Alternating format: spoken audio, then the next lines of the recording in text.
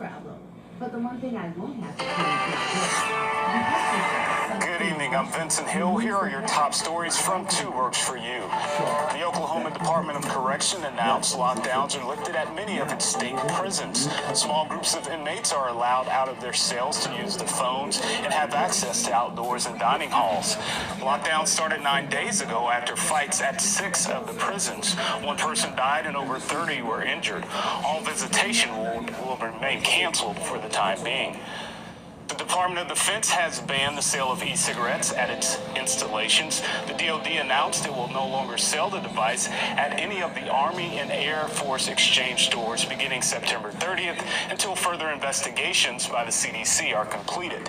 The Army Public Health Center issued an alert telling soldiers and family to avoid using e-cigarettes and vaping products. At least 9 deaths and over 500 illnesses have been linked to vaping. A new bike lane is now open in downtown Tulsa. The 3rd Street bike lane is the first full-length bike lane of its kind in downtown. The purpose of the lane is to make the street safer for bikers, walkers, and even electronic scooter riders. Mayor G.T. Bynum held a ribbon-cutting ceremony at 3rd in Boston this afternoon to commemorate the new lane. Plans are already in the works for the lanes to be added in other areas of downtown. With the state fair starting on Thursday, there are some changes to the popular Mega Ride passes. The fair is no longer giving photo ID cards. Instead, those who buy the pass will have to wear a cloth wristband. And make sure you keep up with it because you only get one for the entire 11 days. They will not reissue any replacements. There are 2 booths where you can pick up your wristbands. And expect overcast skies for the rest of your Tuesday. Winds going to be out of the southeast around 5 to 10 miles per hour for this evening. And then as we head into later on tonight, we are going to be tracking a few isolated showers and storms, mainly to our south. So Tulsa really not included in this. Is going to be towards Stigler, Potos, Fort Smith area. As we head into tomorrow morning, we are going to be much drier than we were this morning. Just a couple of isolated showers up to our north. As we head into your Wednesday afternoon, we do seem to get a break in that rain. But for tomorrow morning, lows going to be in those lower 70s, around 70 degrees for us here in Tulsa and Okmulgee. And then as we head throughout later this week, still keeping the chance for rain in the forecast nearly every single day. We do tend to clear up a bit on Friday, but then another chance of rain for your Saturday morning. Thank you, Kerrigan, and thank you for relying on 2 Works for You for your local news and weather. We'll bring you another update right here at 9:30. Well, we all make friends in different ways at work or school or through hobbies, but this unique friendship began with a loss. 2 Works for You's Lauren Callender shares how a New York tourist and a Tulsa man became friends and found something deeper than just a lost backpack. Terry Rush was driving on 15th Street near the fairgrounds when something caught his eye. I noticed this bag just laying there, and I go, oh, somebody lost something, and I went on past it. But his conscience made him turn around. So I pulled up here, and I just parked in the left lane, ran back and got it, and got back in the car and just hoped that nobody would be mad at me for blocking traffic. That's where the journey of a unique friendship began. We're probably now such good friends we're going to draw names for Christmas. Jamie Hobbs, who lives in New York, was in Tulsa for a horse show. She was rushing back to the airport with her friend when I looked into my rearview mirror. I realized that the back of the car was wide open. She later discovered her backpack was gone. Oh, my heart sank. It was so sad. While some may think it's just a backpack, It's like my security blanket almost for the horse shows and for traveling, and it goes with me everywhere. Lots of memories of all the places I've been with this backpack. 2 weeks and several social media posts later, the two connected through Facebook. Jamie finally hearing her backpack was coming home. Here it is. It's my backpack. But what she really found was a restored faith in humanity. I am cynical. I don't believe that most people do things for others other than themselves, and this is just totally proving me wrong. When Jamie comes to Tulsa next year for the horse show at the Expo Center, she plans on squeezing in time to meet her new friend Terry. In Tulsa, Lorraine Calendar, 2 Works for You. Yet another extension for Real ID in Oklahoma. After years of the state going back and forth on the program, the Department of Public Safety expects another year-long extension to become final within a week. 2 Works 2's Christy Maria shows us there has been some major progress both on Real ID and another program hundreds of thousands could soon be using. This could be the final extension, which would mean Oklahoma finally rolls out Real ID in October of 2020.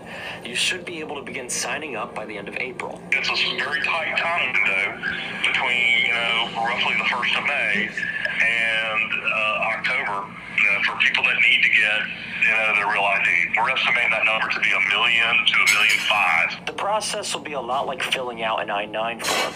All this information you'll need is up on our website right now. And all this comes as another major program is being ready to go live, Mobile ID. The platform is beyond what just a driver's license. It's really a mobile identity software. David Ostro says the optional app takes a driver's license to the next level, verifying your identity by using biometric signatures. The app's security basically works like a door's peek hole. Let's say someone knocks.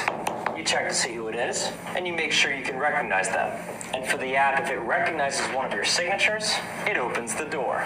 You've got fingerprint, voice recognition, heartbeat, facial ID. Jeffrey Miller sees mobile ID as the next step in online security. Instead of passwords, you physically need to be holding the phone to access the app's features. That's the whole purpose behind this kind of technology, is how do we stay one step ahead of the bad guys, of the hackers? How do we make ourselves less vulnerable along the way? After the app goes live on October 15th, it'll be released in phases. The first, acting simply as an ID. Down the road, Ostro says the potential is there to use the technology to fight identity fraud.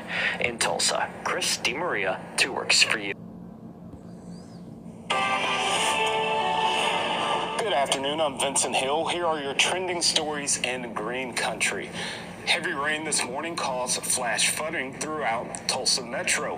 Officers responded to 2 water rescues near 81st and Elwood after multiple vehicles were submerged underwater. There was also significant flash flooding around 43rd and Sheraton. The storms also caused power outages in Midtown Tulsa, affecting more than 2,000 customers at one point. Those outages have since been restored. The University of Oklahoma is at its center of its 3rd blackface incident investigation this year. This time, a student's photo on Instagram that appears to show the student wearing a black charcoal face mask. He claims it had nothing to do with race, but OU's interim president said in part, any member of the OU community who applies blackface is engaging in racism.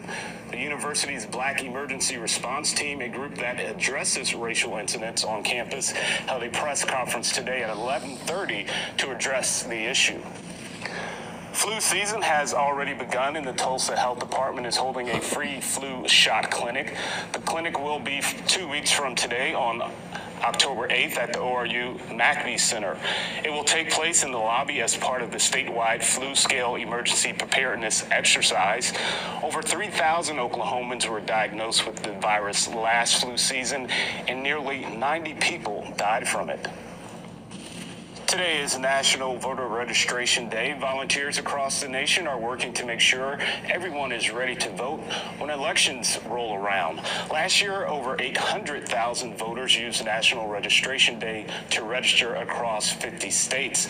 National Voter Registration Day began in 2012. Currently in Tulsa County, only about 340,000 people are registered to vote. We're going to be seeing lots of cloud cover for the rest of your Tuesday afternoon and into your evening hours. Right now, we're going to be in those upper 70s. Highs going to be at or just short of the 80-degree mark for today. We are going to see those isolated showers mainly to the south of Tulsa throughout your evening. Tulsa pretty much done with the rainfall for today as we head into tomorrow morning. Going to be significantly drier than it was this morning, but we still can't rule out a couple of isolated showers again, mainly to our north and then also to our south. south. This is going to be in your mid-morning hours. For your lows, temperatures are going to be around 70 degrees, so around 6, 7 o'clock hour for tomorrow. Going to be a pretty mild start to your day, and then we're seeing a pretty unsettled week unfold for us here with multiple days with a chance for rain as we head into the weekend. Temperatures in the mid to upper 80s with isolated showers. All right, thanks, Kerrigan. Keep up with the day's news on our app and website, and look for live coverage during our regular newscast at 5 and 6 tonight. We'll bring you another update here at 6:30. I'm Erin Conrad from 2 Works for You. Here are today's top stories. We're not even into October yet, but a flu season has already begun, which is why the Tulsa Health Department is holding a free flu shot clinic. The clinic will be 2 weeks from today on October 8th at the ORU Mabee Center. It will take place in the lobby as part of a statewide full-scale emergency preparedness exercise. More than 3,000 Oklahomans were diagnosed with the flu last season, and nearly 90 people died from it. And looking ahead, Tulsa Tech will announce details into its new NORDAM Aerospace Structures program tomorrow. The 4th-month class will train students in aerospace manufacturing and repairs. The new program will also help find students jobs once they graduate. School officials plan on holding a press conference tomorrow morning at Tulsa Tech's Riverside campus. Classes will start sometime in February, but availability is expected to be limited. And here at 2 Works for You, we are teaming up with the Tulsa County Sheriff's Office to keep you and your kids safe at the Tulsa State Fair this year. We will be passing out wristbands for kids and ID packets at our 2 Works for You booth, along with the Sheriff's Office. Deputies are reminding parents to make sure their children know parents' phone numbers and always have some form of identification, like the wristbands we'll be handing out, while you enjoy your family fun at the fair. And let's get a check of the forecast with meteorologist Kerrigan Chauvin. And flash flood watch going to be in effect until 4 o'clock this afternoon for the majority of the counties east of Tulsa. We're seeing some of that heavy rainfall at the 1 o'clock hour. But as we head into later this evening, we are going to see some more showers develop, again, mainly to our south and to our east. These are going to move out as we go into the 6 and 7 o'clock hour, clearing up after sunset. Just looking at some mostly cloudy skies for the overnight hours. As we head into your Wednesday morning, though, we will be tracking some more rainfall moving in, and then throughout the week ahead we still just stick in that rainy pattern, clearing up a bit as we head into your Friday. But for the State Fair this weekend, just tracking some more isolated showers and storms. Aaron? All right, thank you, Kerrigan. That was a look at our digital update. Keep checking back for updates all throughout the day. I'm Erin Conrad. 2 Works for You.